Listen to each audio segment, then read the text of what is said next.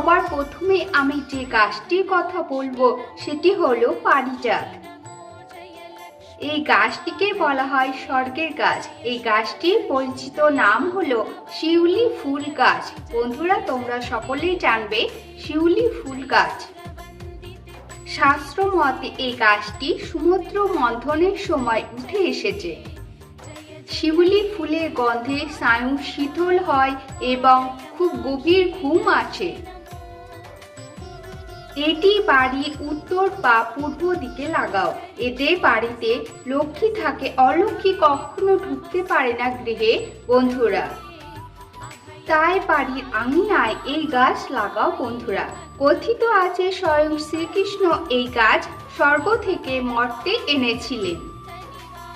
বলা হয়ে থাকে নিষ্ঠা ভরে যদি আমরা কখনো গাছ লাগাই তাহলে অশুভ কোনো শক্তি আমাদের গৃহে প্রবেশ করতে পারে।